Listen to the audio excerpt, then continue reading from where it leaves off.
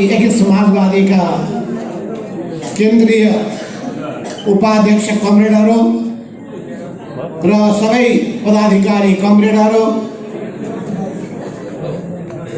मञ्चमा आसीन केन्द्रीय सदस्य लगायत सबै केन्द्रीय नेताहरू र आजको यस कार्यक्रममा चितवन जिल्लाका विभिन्न भेगहरूबाट, विभिन्न पालिकाहरूबाट यहाँ आउनुभएका पार्टीका कार्यकर्ता कमरेडहरूलाई सबैभन्दा पहिले म क्रान्तिकारी लाल सलामको अभिवादन गर्न चाहन्छु। प्रिय कमरेडहरू, आज तपाईहरुको माझमा म आउने अवस्था थिएन। काठमाडौँमा कार्यक्रमहरूको श्रृङ्खला छ, त्यसो हुनाले मैले पूर्णकृष्ण पन्तलाई उहाँलाई भनेका थिएँ तपाईहरु अरू कमरेडलाई लिएर जानुहोस्, तर यहाँ चितवन जिल्लाका कमरेडहरूको चर्को मागका सामुमा मैले तपाईहरुका सामुमा यहाँ एकचोटि पुगेर तपाईहरुको हौसला बुलन्द गरेर अनि काठमाडौँ फर्किने सोच बनाए र यहाँबाट फेरि काठमाडौँ फर्किसकेपछि विभिन्न कार्यक्रमहरूमा मैले सहभागी हुनुपर्नेछ। त्यसो गरी अरू कमरेडहरूले पछि बोल्नुहुनेछ। मुख्यमन्त्रीले, पार्टीका नेता कमरेडहरूले आफ्नो विचार पनि राख्नुहुनेछ, प्रशिक्षण पनि दिनुहुनेछ।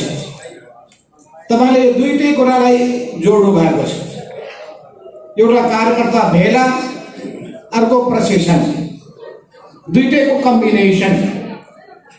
भेला भएपछि मन्तव्य, प्रशिक्षण भएपछि विषयवस्तुमा केन्द्रित प्रस्तुति। तपाईले यो दुईटै कुरालाई ध्यानमा राखेर सिङ्गो कार्यकर्ताहरूलाई कसरी सचेत बनाउने, जागृत गर्ने, उत्साहित गर्ने र मनोबललाई बुलन्द गर्ने त्यो उद्देश्य राख्नु भएको छ। म चितवन जिल्ला कमिटीलाई विशेष धन्यवाद दिन चाहन्छु। तपाईले सबै खालका जोखिमको सामना गर्ने आँट गर्नुभएको छ र विश्व कम्युनिस्ट आन्दोलनमा तपाईँ पाउनुहुनेछ कि जसले जोखिमको सामना गर्न सक्दैन त्यसले दुनियाँमा केही पनि गर्न सक्दैन। तपाईलाई थाहा छ हामीले सबै खालका जोखिमहरूको सामना गरेका छौँ, एक्लै पनि सामना गरेका छौँ। तपाईँ चितवन जिल्लावासीहरूलाई राम्ररी थाहा छ 2062-63 को जनक्रान्तिको बेलामा के भएको थियो। तपाईहरुमध्ये पुराना योद्धाहरूलाई थाहा होला, नौजवानहरूलाई जानकारी गराउनु भएको होला। त्यतिखेर राजतन्त्र उखेलेर फाल्ने कुराको सन्दर्भमा, गणतन्त्रको निम्ति सङ्घर्ष सञ्चालन गर्ने कुराको सन्दर्भमा त्यो बेलाको हाम्रो पार्टी नेकपा एमालेका कतिपय नेताहरूको हिम्मत भएन।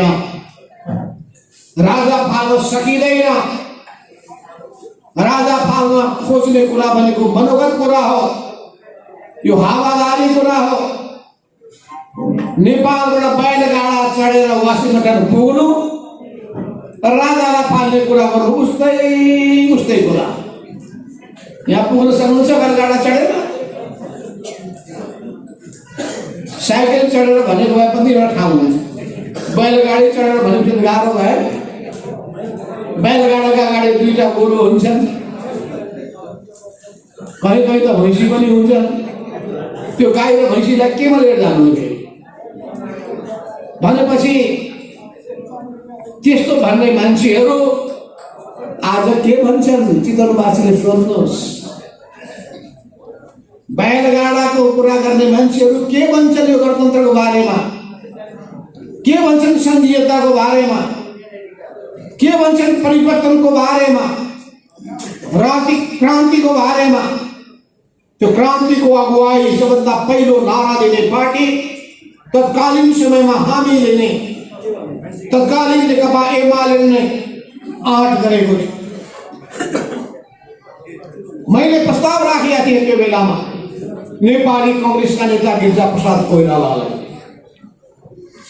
कि कांग्रेस र हामी सँगसँगै जाउँ, संयुक्त सभाहरू गरौँ, संयुक्त आन्दोलनहरू गरौँ। कांग्रेस तयार भए, तर हामीले सोच्यौं कांग्रेस तयार नभए पनि कांग्रेस पछि आउँछ, अगाडि बढ्नेले बढ्नुपर्छ, बढ्न नसक्ने बिस्तारै बिस्तारै सार्दै जान्छ। हिम्मत हुनेहरू, आँट हुनेहरू, परिस्थितिको विश्लेषण गर्नेहरू, समयको गति नाडी छाम्न सक्नेहरू, समयको माग के हो भने बुझ्नेहरू समयको अध्ययन गर्छन्, परिस्थितिको अध्ययन गर्छन्, विश्लेषण गर्छन्, सोच्छन्, चिन्तन मनन गर्छन्, त्यसपछि एउटा धारणा बनाउँछन् र निष्कर्षमा पुग्छन्। यो विश्लेषणको तरिकामा म तपाईको ध्यान अझै पनि आकर्षित गर्न चाहन्छु। केही मान्छेले भन्छन् नेपालमा कहिले पनि कम्युनिस्ट पार्टीले विद्रोह गरेर सफलता हासिल गरेको छैन, कहिले पनि पार्टी टुक्रिएर सफल भएको छैन। त्यो सुन्ने गर्नुहुन्छ होला तपाईहरुले पनि। के त्यो सत्य हो?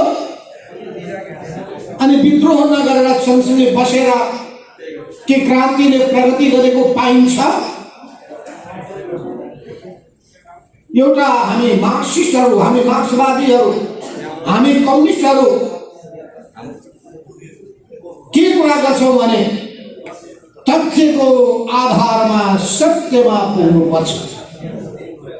यसलाई अंग्रेजीमा भनिन्छ seeking truth from the facts. मार्क्सिज्मले त्यो कुरा सधैँ जोड दिनुहुन्छ। टम सियापिङले त्यो कुरामा निकै जोड दिनुभयो। मनोगत कुरा नगरौं, वस्तुगत कुरा गरौं, तथ्यले के भन्छ त्यसलाई आधार बनाऊ, हावाजानी कुरा नगरौं। तथ्य के हो भने हिजो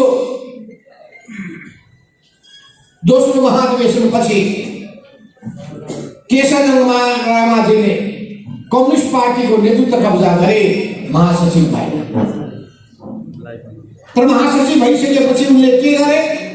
पार्टीलाई दक्षिणपन्थी दिशामा लिएर गए, दक्षिणपन्थी भाषमा झाँकी दिए। के गरे त्यसरी? त्यो बेलामा उनले सबभन्दा पहिलो गरेको कुरा के हो भने त्यतिखेर कम्युनिस्ट पार्टी जल्दो बल्दो थियो, किसान आन्दोलनको वेग चलिरहेको थियो। बारा, रौतहट, सर्लाही लगायत विभिन्न जिल्लाहरूमा हजारौं हजार किसानहरू आन्दोलनको मैदानमा उत्रिरहेका थिए। सामन्तहरूको सातो गइरहेको थियो, क्रान्तिकारीहरूको मनोबल उठिरहेको थियो। त्यो बेलामा रायमाझीले आदेश जारी गरे, अब उपरान्त किसान आन्दोलन गर्न पाइँदैन, किसान आन्दोलन बन्द। सारा उत्साहमा पानी फेरि। कार्यकर्ताहरू निराश भएर गए। त्यो बेलामा पुष्पलालले आँट गर्नुभयो। पछि गएर रायमाझी नेतृत्वको विरुद्धमा विद्रोह गर्नुभयो। विद्रोह गरेर पुष्पलालको नेतृत्वमा कम्युनिस्ट पार्टी अगाडि बढ्यो। एकातिर पुष्पलाल, अर्कोतर्फ मोहन विक्रम, अर्कोतर्फ मनमोहन अधिकारी। यी सबै योद्धाहरूले आफ्नो आफ्नो ठाउँमा पार्टी निर्माणको अभियान सुरु गर्नुभयो। 2028 सालमा झापा विद्रोह भयो।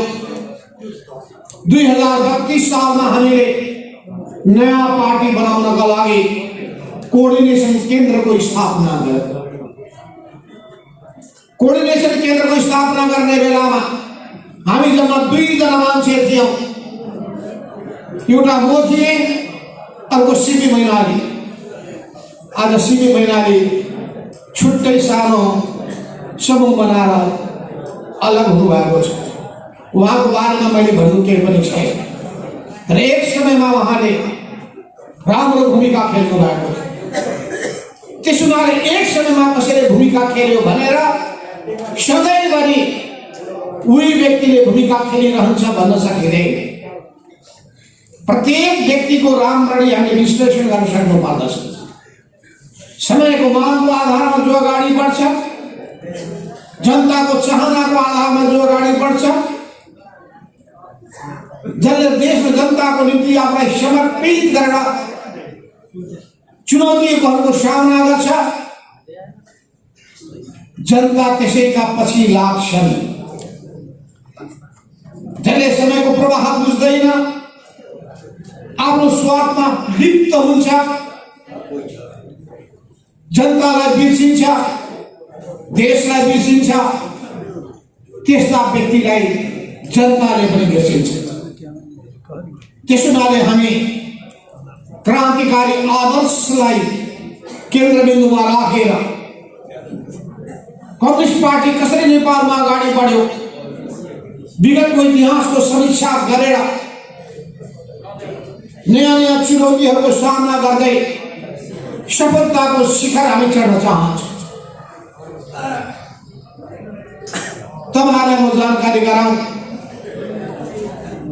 कार्ल मार्क्सले हिम्मत गर्नुभयो सबभन्दा पहिले बुर्जुआ व्यवस्थाका विरुद्धमा, पुँजीपति वर्गका विरुद्धमा विद्रोह गर्नुपर्छ भन्ने आवाज उहाँले बुलन्द गर्नुभयो। 1848 में एउटा किताब लेख्नुभयो। त्यो किताबको नाम कम्युनिस्ट घोषणा पत्र थियो। त्यो घोषणा पत्रमा उहाँले एउटा नारा अगाडि सार्नुभयो, विश्वका सरदारहरू एक हौ, संसारभरिका सरदार वर्गहरू एक बद्ध भौ। र उहाँले के भन्नुभयो भने तिमीहरूले आत्मिनु पर्दैन, तिमीहरूले गुमाउने भनेको हातमा बाँधिएको जन्जिर हो, हथकडी हो, पाउनको लागि सारा संसार छ। उहाँको आह्वानबाट उत्प्रेरित भएर विश्वभरि क्रान्तिकारी आन्दोलन अगाडि बढ्न थाले। त्यही अगाडि बढ्दै जाने क्रममा ठुल्ठुला घटना परिघटनाहरू घटे। त्यो सबैको बारेमा मैले विश्लेषण गर्न गइरहेको छैन। तर यति भन्नुहोस्, विचारमा त्यो शक्ति हुँदो रहेछ, विचारमा त्यो ताकत हुँदो रहेछ, मान्छेलाई जुरुक जुरुक उचाल्दछ, आफूलाई सङ्घर्षमा होमिनका लागि त्यसले उत्प्रेरित गर्दछ। र जसले आत्मविश्वास राख्दछ, चुनौतीको सामना गर्ने आँट गर्दछ, आफ्नो सम्पूर्ण जीवन त्यसमा समर्पित गर्न चाहन्छ, त्यसले सफलता हासिल गरेर छाड्छ। फलस्वरूप रुसमा क्रान्ति भयो, चीनमा क्रान्ति भयो, संसार फर्कमान भयो, पुँजीपति वर्गको होस हवास गुम भयो।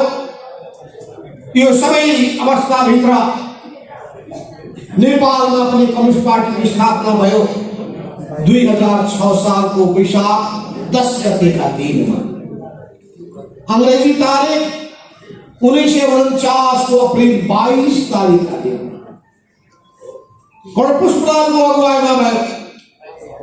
पुष्पलाल सँगसँगै अरू 4 जना योद्धाहरूले आँट गर्नुभयो र कम्युनिस्ट पार्टीको गठन गर्नुभयो।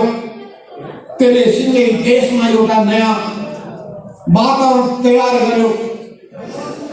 त्यसो हुनाले त्यही पार्टी अगाडि बढ्दै जाने क्रममा, बढाउँदै जाने क्रममा हामीले 2032 सालमा कोके बनायौं, 35 सालमा नेकपा माले बनायो, 47 सालमा नेकपा एमाले बनायो। यी सबै बनाउने बेलामा केपी ओली कहाँ थिए? सोध्नुहोस्, प्रश्न सोध्नुहोस्। जेलमा थिए। जेलमा बस्ने मान्छेले पार्टी बनाउन सक्छ? जेलमा बस्ने मान्छेले सद्भाव राख्न सक्छ, सुझाव पठाउन सक्छ, म पनि जेलमा थिएँ 2032 सालदेखि लिएर 34 सालसम्म। कोर्डिनेसन गठन गर्ने बित्तिकै गठन गर्ने 3 नेताहरू हामी थियौँ। 3 जना पछि एकजना थपिए। पोलिट ब्युरोका हामी सदस्य सीपी मैनाली पनि गिरफ्तार, रामचन्द्र यादव पनि गिरफ्तार, म पनि गिरफ्तार। मान्छेलाई लाग्यो अब पार्टी सिद्धियो। पार्टी सिद्धिएन, फेरि अगाडि बढ्यो। नयाँ उमङ्ग लिँदै तरङ्ग पैदा गर्दै यो अगाडि बढ्यो। नेकपा माले बन्यो, एमाले बन्यो। एमाले बनिसकेपछि हामीले पहिलो चुनाव गऱ्यौँ। त्यो पहिलो चुनावमा एउटा कीर्तिमान कायम गर्यो। नेपाली कांग्रेस सँगको प्रतिस्पर्धामा दोस्रो शक्तिको रूपमा हाम्रो उदय भयो। त्यही बीचमा मदन भण्डारीको यही दास ढुङ्गामा उहाँको रहस्यमय दुर्घटनाबाट गयो। तेरी सिंहको पार्टी पंक्तिमा निराशा, हताशा पैदा हुने खतरा उत्पन्न भयो। त्यसपछि हामीले भन्यौं शोकलाई शक्तिमा बदल। नेताहरूले अगाडि सार्नु भएको विचारलाई आत्मसात गर्दै अगाडि बढ। र मदन भण्डारीले भन्नुभएको छ यो संसारमा जन्मिने मानिसहरू 2 किसिमका हुन्छन्।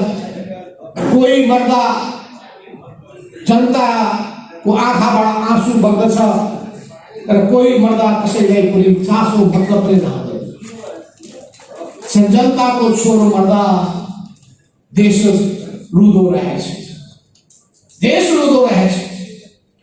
त्यसो हुनाले त्यो विचार भावना लिएर हामी अगाडि बढ्यौँ र अहिले पनि भनिरहेका छौँ हामीले निर्माण गरेको, नवनिर्माण गरेको यो पार्टी नेपाल कम्युनिस्ट पार्टी एक समाजवादी त्यसले भनिरहेको छ कि हामी हिजो हामीले नै निर्माण गरेको पार्टीको 4औं महाधिवेशन, 5औं महाधिवेशन, 6औं महाधिवेशन, 7औं महाधिवेशन, 8औं महाधिवेशन, 9औं महाधिवेशन यो समयसम्म हामी एकताबद्ध भएर अगाडि बढिरहेका छौँ। यो 9औं महाधिवेशनमा विचार एउटाको पास भयो, नेतृत्व केपी ओलीको हातमा गयो। कति मतको अन्तर थियो? 20-30 मतको मात्रै अन्तर थियो। तर केपी ओलीले निजी विजयको रूपमा ठानेर आफूसँग असहमत भएका, आफूलाई मत नदिने मान्छेहरूलाई शत्रुको रूपमा व्यवहार गर्न थाले। कम्युनिस्ट पार्टीभित्र असहिष्णुता विकास गर्न थाले, गुटबन्दी अगाडि बढाउन थाले, आफ्नो एकाधिकार लाग्न थाले। कम्युनिस्ट पार्टीका मान्यताबाट विचलित भए। कम्युनिस्ट पार्टी सामूहिकतामा चल्दछ। लेनिनले अगाडि सार्नु भएको लेनिनवादी संरचनात्मक सिद्धान्त, जनवादी केन्द्रीयताको सिद्धान्त, यो सिद्धान्तको आधारमा चल्दछ। तपाईहरुलाई भोलि गएर प्रशिक्षणको क्रममा हामीले बताउनु पर्ने हुन्छ के हो लेनिनवादी संरचना सिद्धान्त, के हो जनवाद, के हो केन्द्रीयता, संगठन कसरी निर्माण हुन्छ, संगठन कसरी सञ्चालन हुने गर्दछ, यो सबै पनि युवा पुस्तालाई हामीले बताउनु पर्ने हुन्छ।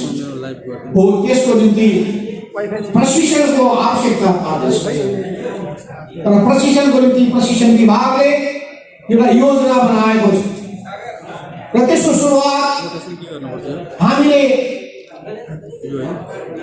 हिजो हो कि अस्ति हामीले सुदूरपश्चिम प्रदेशबाट सुरु गर्यौं। म आफै त्यहाँ पुगे र सुदूरपश्चिम प्रदेशभरिका जम्मै कार्यकर्ताहरूको माझबाट हामीले प्रशिक्षण अभियान सुरु गर्यौं। अहिले पनि त्यहाँ प्रशिक्षण विभागका प्रमुख परमेश हमाल र पार्टीका महासचिव कमरेड बेदुराम भुषाल उहाँले प्रशिक्षण दिँदै हुनुहुन्छ र फर्किनुहुन्छ। म हिजो त्यहाँबाट फर्के, प्रशिक्षण हिजो सुरु भयो र आज पनि चलिरहेको छ। मैले आजै हिजै फर्किनु किन परेको थियो भने हिजै बेलुका फेरि कार्यक्रम, आज बिहान भारतबाट रामदेव र बालकृष्ण आचार्य आएर प्रधानमन्त्री त्यहाँको प्रमुख अतिथि भइसकेपछि जसरी पनि यहाँ सहभागी भइदिनु पर्यो भनेर आग्रह गरेपछि सबै पार्टीका नेताहरू प्रचण्डजी लगायत उपेन्द्र यादव लगायत सबैहरूको उपस्थिति हुँदाखेरि उनीहरूले खल्लो मानिसके भयो। उनीहरूले त्यो हिसाबले महत्त्व दिए योगलाई। र मैले मेरो दिमागमा एउटा कुरा चाहिँ तपाईहरु यहाँ सुरु गर्दै हुनुहुन्छ योग तथा आयुर्वेद एउटा अस्पताल देवघाटै बागेश्वरीमा हाम्रो शैलेन्द्र प्रिया कमलले मलाई त्यसको डकुमेन्ट दिनुभएको थियो र मलाई त्यो अत्यन्तै राम्रो लागेको थियो र प्रचण्ड कमलले पनि त्यो त अगाडि बढाउने पछाड भन्नुभएको थियो। अनि हिजो राति मलाई फोन गरे रामदेव महाराजले भन्नुभयो तपाईको मेरो कार्यक्रममा आउनै पर्छ, जसरी पनि आउनु पर्यो भनेर आग्रह गरेपछि मैले भने चितवनमा एउटा हामी सुरु गर्दैछौँ योग तथा आयुर्वेद सम्बन्धी एउटा ठुलो चिकित्सालय, त्यसमा तपाईहरुको पनि सहयोग हुनु पर्यो। र फेरि मेरो भेट हुँदैछ त्यहाँ म फेरि पनि आग्रह गर्नेछु, नेपाल सरकारलाई पनि आग्रह गरिनेछ, विदेशीहरूलाई पनि आग्रह गरिनेछ, जसले सहयोग गर्न सक्नुहुन्छ। यहाँ प्रदेश नम्बर 2, 3 बागमती प्रदेशका मुख्यमन्त्री आफै हुनुहुन्छ, उहाँले पनि लागू बढाउनलाई भूमिका खेल्नुहुनेछ। यही जिल्लाका नेता कृष्ण खनाल जो अहिले मन्त्री पनि हुनुहुन्छ, उहाँले पनि भूमिका खेलिरहनु भएको पक्कै हुनुहोला।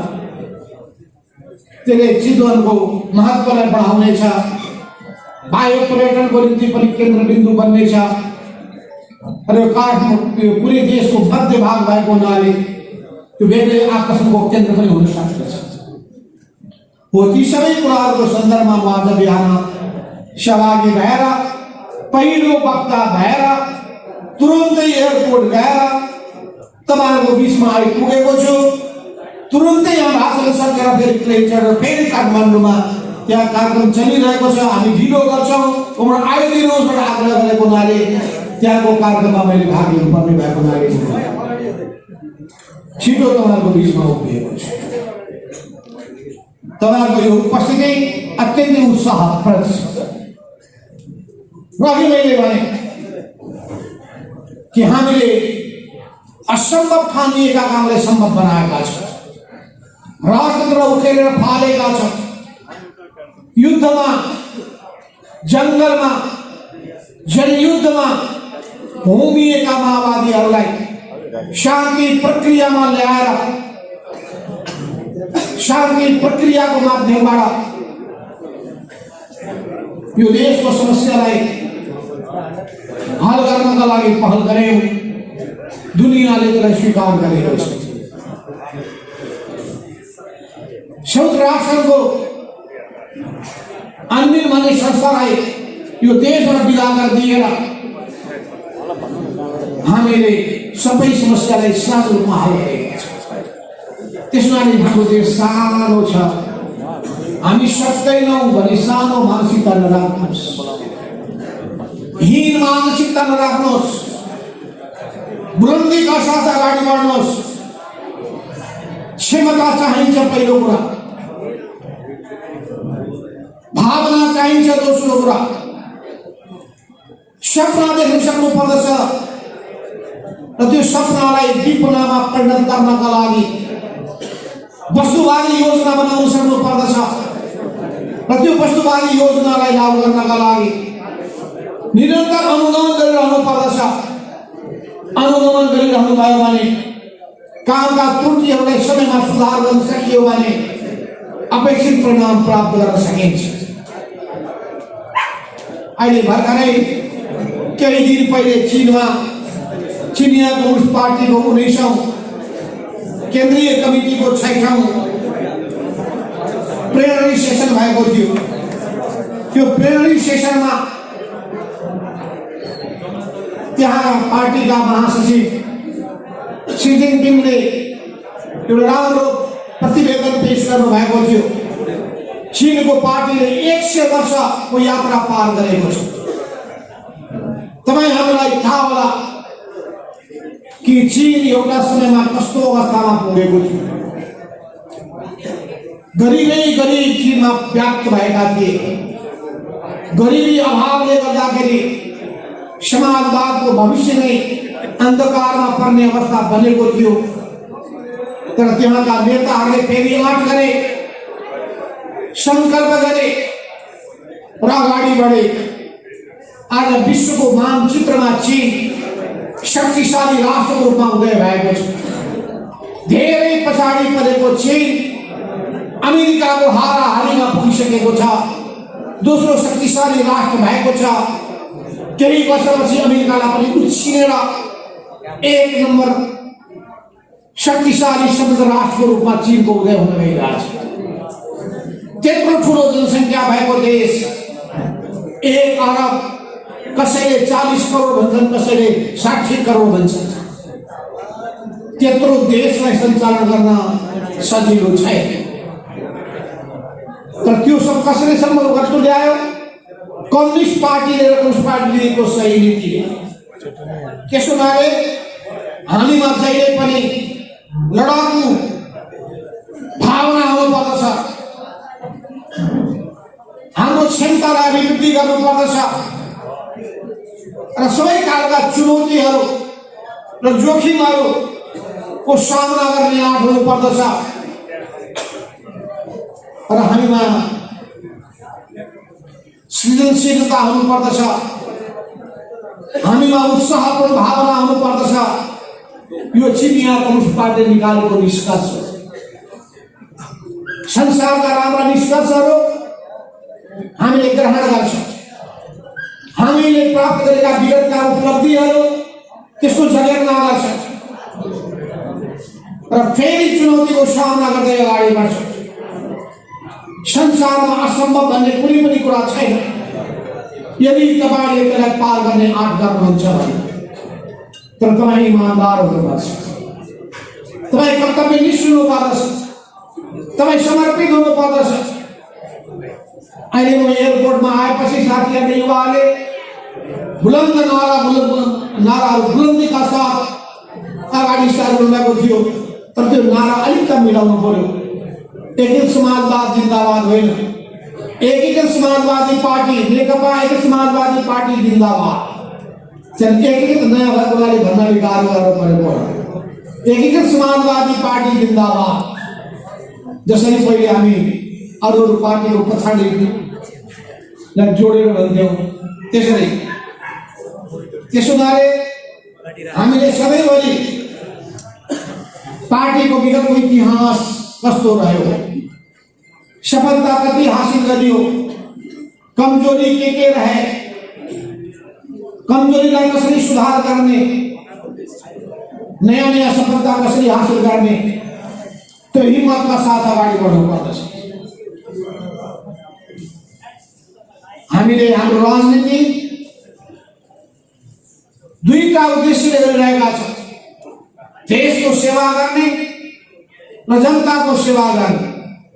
यो दुईटा उद्देश्य बाहेक म के पाउँछुबाट सुरु गर्ने होइन।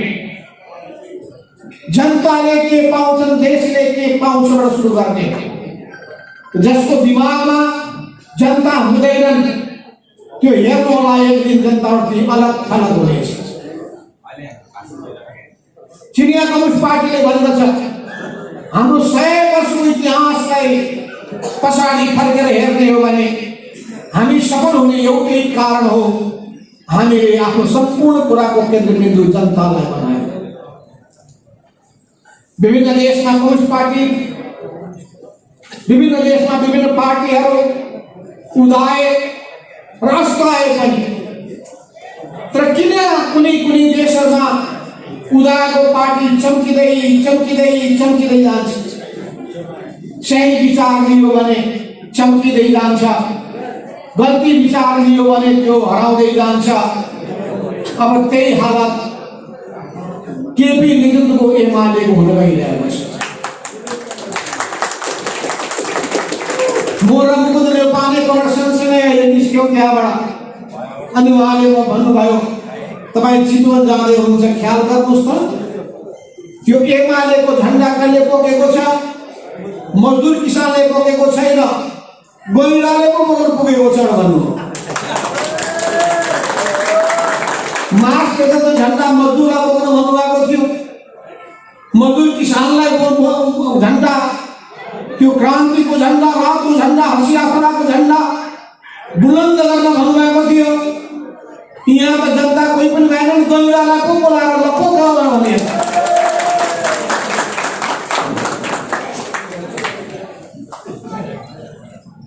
अनि मलाई एकजना जोगीले भनेको याद भएछ उनले के भन्यो भने हेर्नुहोस् यो हनुमान प्रवृत्ति बोक्नेहरू भोलि अर्को कुनै जनावरलाई बोक्न भेट्छ नभन्दै साँचो पो भएछ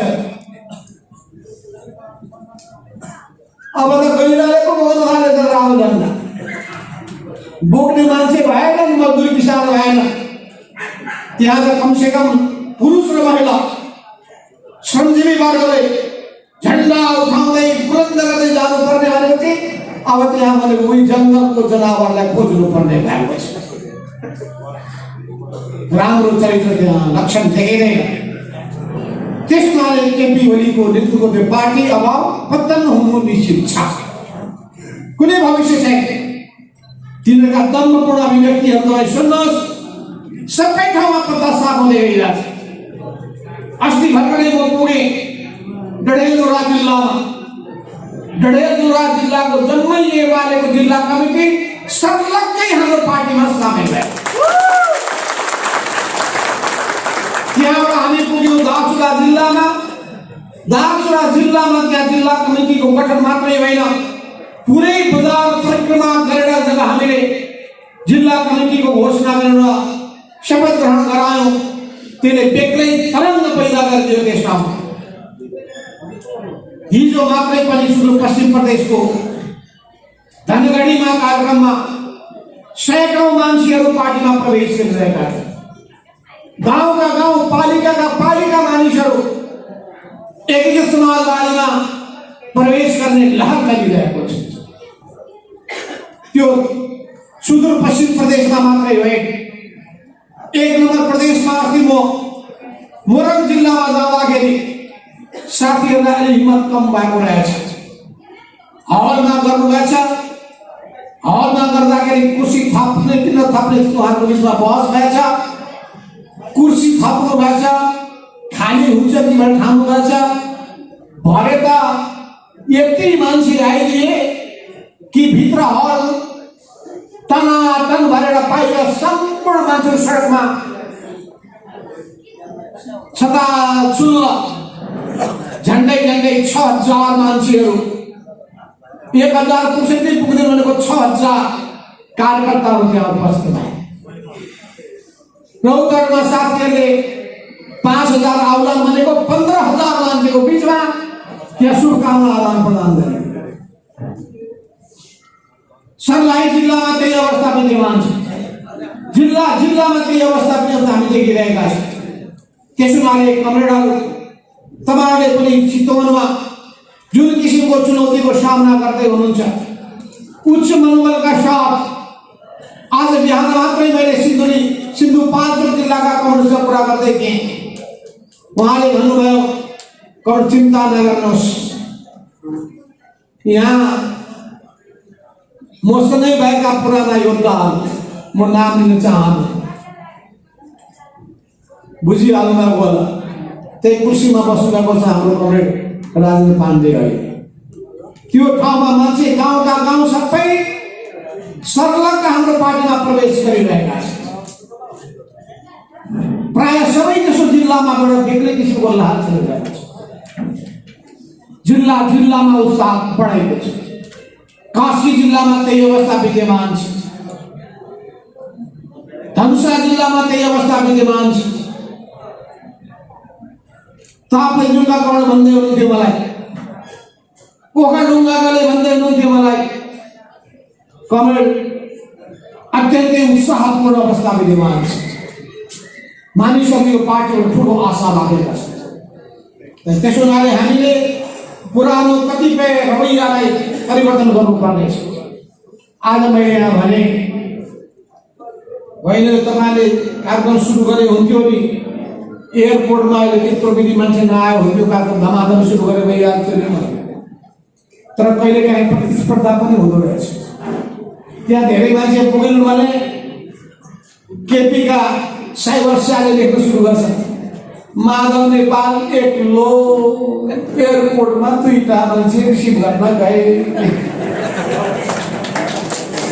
ठिकै छ, अहिलेलाई ठिकै छ भने, तर हामीले के भनिरहेका छौँ भने अबदेखि हाम्रो तरिकामा परिवर्तन गर्नुपर्छ। र यो परिवर्तन गर्ने सन्दर्भमा यसपटकको केन्द्रीय कमिटीमा मैले पेश गरेको छु एउटा प्रतिवेदन। यो एयरपोर्टमा मोटरसाइकलको र्याली लिएर जाने कुराहरू बन्द गर्नुपर्छ। माला र खाता लगाएकै घाँटी भाँचिए लागि किसिमको त्यो पनि चलाउन बन्द गर्नुपर्छ। कार्यक्रम गर्दाखेरि पनि अतिथिको आसन ग्रहण भन्दा हुँदै आधा घण्टा समय खाने चलन पनि बन्द गर्नुपर्छ। बरु जसले राख्नुपर्छ पहिले याद लाग्ने पहिलो नम्बर र दोस्रो नम्बर कुर्सी अगुवाहरूको निम्ति छुट्याइदिने, पहिले व्यवस्थापन राम्ररी गर्ने। अनि त्यसपछि सर्व मान्छेलाई परिचय गराउनु छ भने एकैचोटि गराइदियो हुन्छ। फलाना फलाना फलाना फलाना कमेन्टहरू हाम्रो सामुमा आसन ग्रहण गरिसक्नु भएको छ। हाम्रो चलन के छ भने अब म हाम्रो पार्टीको यो पदका पदाधिकारी कमेन्टलाई आसन ग्रहण गर्न अनुरोध गर्दछु, पूर्ण विराम। अनि उहाँ उठ्नुहुन्छ, फेरि त्यसपछि सुरु हुन्छ। 3 घण्टासम्म लागेको थियो टिकापुरमा आसन ग्रहण गर्न, 3 घण्टा। अनि मैले त्यहाँ भन्नु परेको थियो, मैले पहिले पनि तपाईँलाई भनिसकेका छु, पार्टी कार्यालयको कार्यकर्ता बेला तपाईँहरूमध्ये को हुनुहुन्थ्यो याद गरिदिएको छ थाहा छैन। मैले भनेको थिएँ टिकापुरका त्यहाँका साथीहरूलाई, आजको दिन आसन ग्रहणको दिनभरि गर्नुहोस्, भोलिको दिन मलाई बोल्न दिनुहोस्। अब 3 घण्टासम्म आसन ग्रहण किन? फल्लाको नाम भएर आउनु सुकाला उक्क फुल्छ, फेरि अनुहार रातो भएर आउँछ। कतिलाई चित्त बुझाउनु? एउटै सिस्टम बसालिसके सिस्टममा चल्नुहोस्, सिस्टममा चाहिँ चित्त बुझ्छ सबै। चाहे बस्ने क्रमको कुरा होस् या अरू आसन ग्रहण गर्ने क्रमको बारेमा होस्, र सिस्टमको पालना गर्ने कुरा गरौँ। र हामी यही थिति बसाल्न चाहेका छौँ। केपी ओलीले बेथिति गरिदिए, त्यो बेथितिलाई थितिमा पुर्याउने हाम्रो सङ्कल्प हो। र हाम्रो लडाइँ अहिले केपी ओलीसँग पहिलो त उनले गलत दिशामा पार्टीलाई लिएर जान खोजे, दक्षिणपन्थी दिशामा। राप्रपा नजिक भयो उनको प्यारो, महन्त ठाकुर प्यारो भयो, तिनीहरूसँगको साँठगाँठ बलियो भयो। वामपन्थीहरू सबै शत्रु भए। यत्रो गणतन्त्र ल्याउने कांग्रेस पनि विरोधी हुन पुग्यो। हामीले के गर्यौं भने सबै वामपन्थीलाई एक ठाउँमा ल्याउने, लोक कांग्रेस शक्तिलाई एक ठाउँमा ल्याउने र केपी को तानाशाही प्रवृत्तिको जुझ्ने संकल्प गर्यो। केपीमा व्यक्तिवाद देखा पर्यो, गुटवादी प्रवृत्ति देखा पर्यो, अहंकारी प्रवृत्ति देखा पर्यो, दम्भी प्रवृत्ति देखा पर्यो, निरंकुश प्रवृत्ति देखा पर्यो। ती सबै प्रवृत्तिका विरुद्ध जुझ्ने हामीले आँट गर्यौं। धेरैले भनेका थिए पार लाग्दैन, कोही सक्दैन, उनको सेटिङ भइसकेको छ, राज्यमा पनि सेटिङ भएको छ, पार्टीमा पनि सेटिङ भएको छ। ती सबै सेटिङ भत्काउँदै भत्काउँदै आएका हामीहरू हामीसँग जोडी खोज्छ। त्यसपछि मैले के भन्नु परेको थियो भन्ने परेको थियो केपी ओलीलाई, जो हमसे टकराएगा चूर चूर हो जाएगा। के ठान्यो? त्यसो हुनाले उनले भनेका छन् यो सबै खोरापाती मान्छे माधव नेपाल हो। प्रचण्डलाई पनि मैले तह लगाइसकेका थिएँ, शेरबहादुरलाई पनि तल लगाइसकेका थिए, उनले त सारा उल्टाइ पल्टाइ सबका फुट्टी देखिया छ, फुट्टी फुट्टी। कति छ हिम्मत, कति छ साहस, गणतन्त्रको प्राण आन्दोलनको बेलामा देखिएको छ, परिवर्तनको अभियानमा देखिएको छ, संविधान बनाउने बेला जारी गर्ने बेलामा देखिएको छ, देश निर्माणको अभियानको समयमा सन्दर्भमा देखिएको छ। त्यसो हुनाले तपाईहरु उच्च मनोबलका साथ अगाडि बढ्नुहोस्, दृढताका साथ अगाडि बढ्नुहोस्।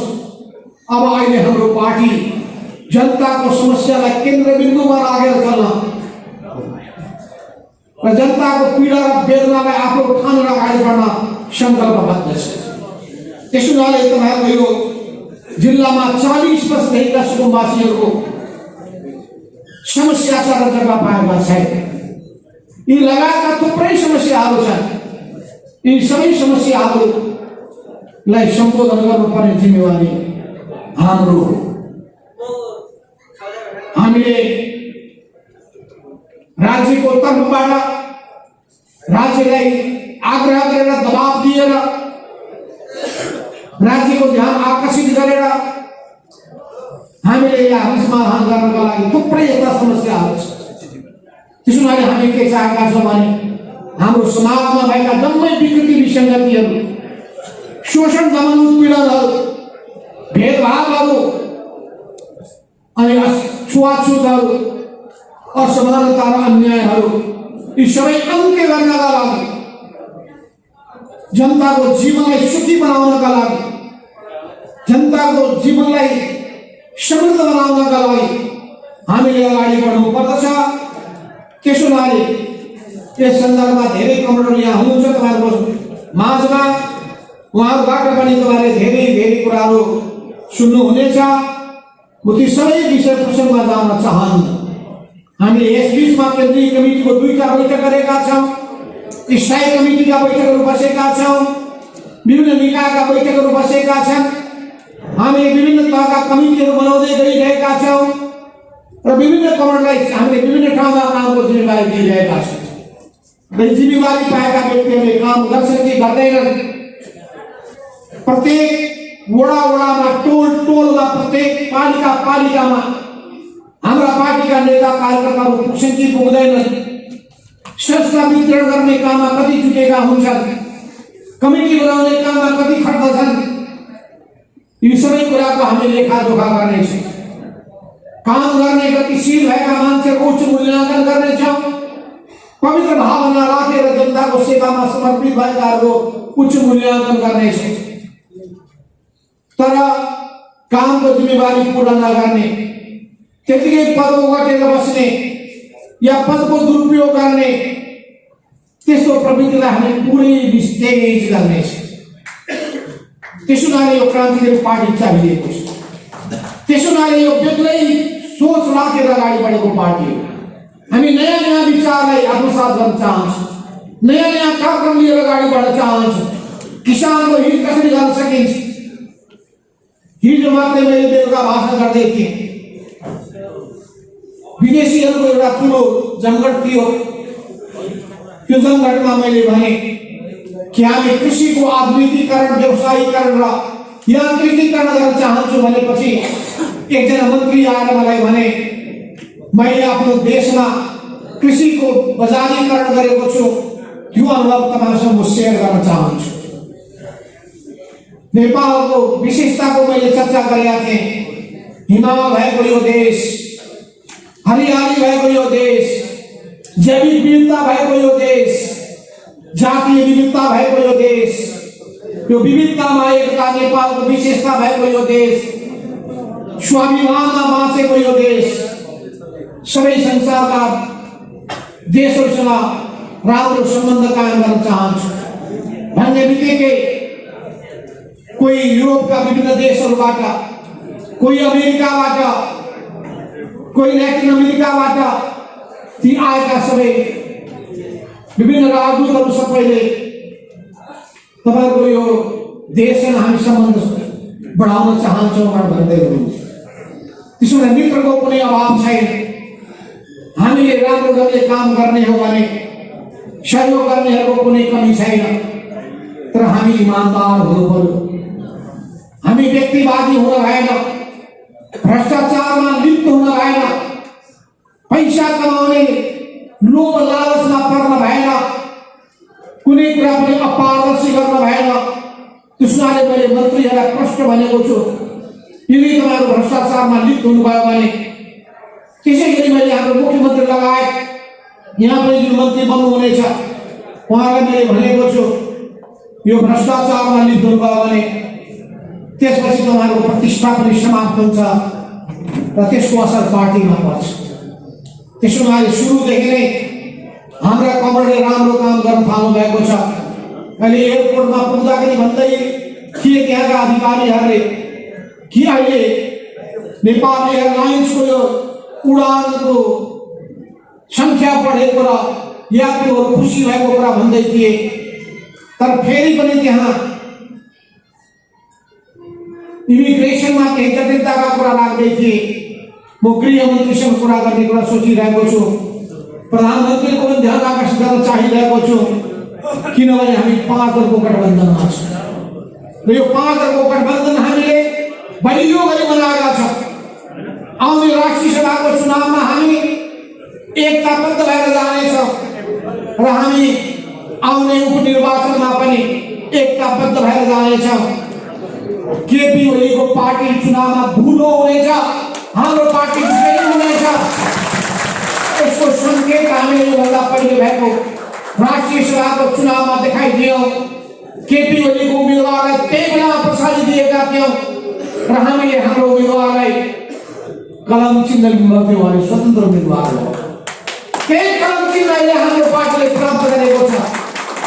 कलमले न्याय, कलमले समानता, कलमले सत्य कुरा लेख्नेछ। अन्यायको हार हुनेछ, असत्यको हार हुनेछ, झुट प्रचार गर्नेहरूको हार हुनेछ र सत्यको बाटोमा अगाडि बढ्नेको, न्यायको बाटोमा अगाडि बढ्नेको जित हुनेछ। त्यही कलम चिन्ह बोकेर तपाईँ, पार्टीको विचार बोकेर तपाईँ, जो क्रान्तिकारी पार्टी नेपालको राजनीतिमा उदाएको नयाँ पार्टी, हिजोको पार्टीको निरन्तरता त हो, किन कम्युनिस्ट आमको उत्तराधिकारी हामी हौँ, तर केपी ओलीको जो गुट, केपीको प्राइभेट लिमिटेड कम्पनी भइदिएको छ, त्यसमा विद्रोह गरेर हामीले जन्माएको यो नयाँ पार्टी, भदौ 9 गते हामीले स्थापना गरेको पार्टी आज मङ्सिरको 9 महिना 9 गते नहुँदै सारा देशमा फैलिएको छ, विदेशमा फैलिएको छ। यो पार्टीको भविष्य अत्यन्तै राम्रो छ।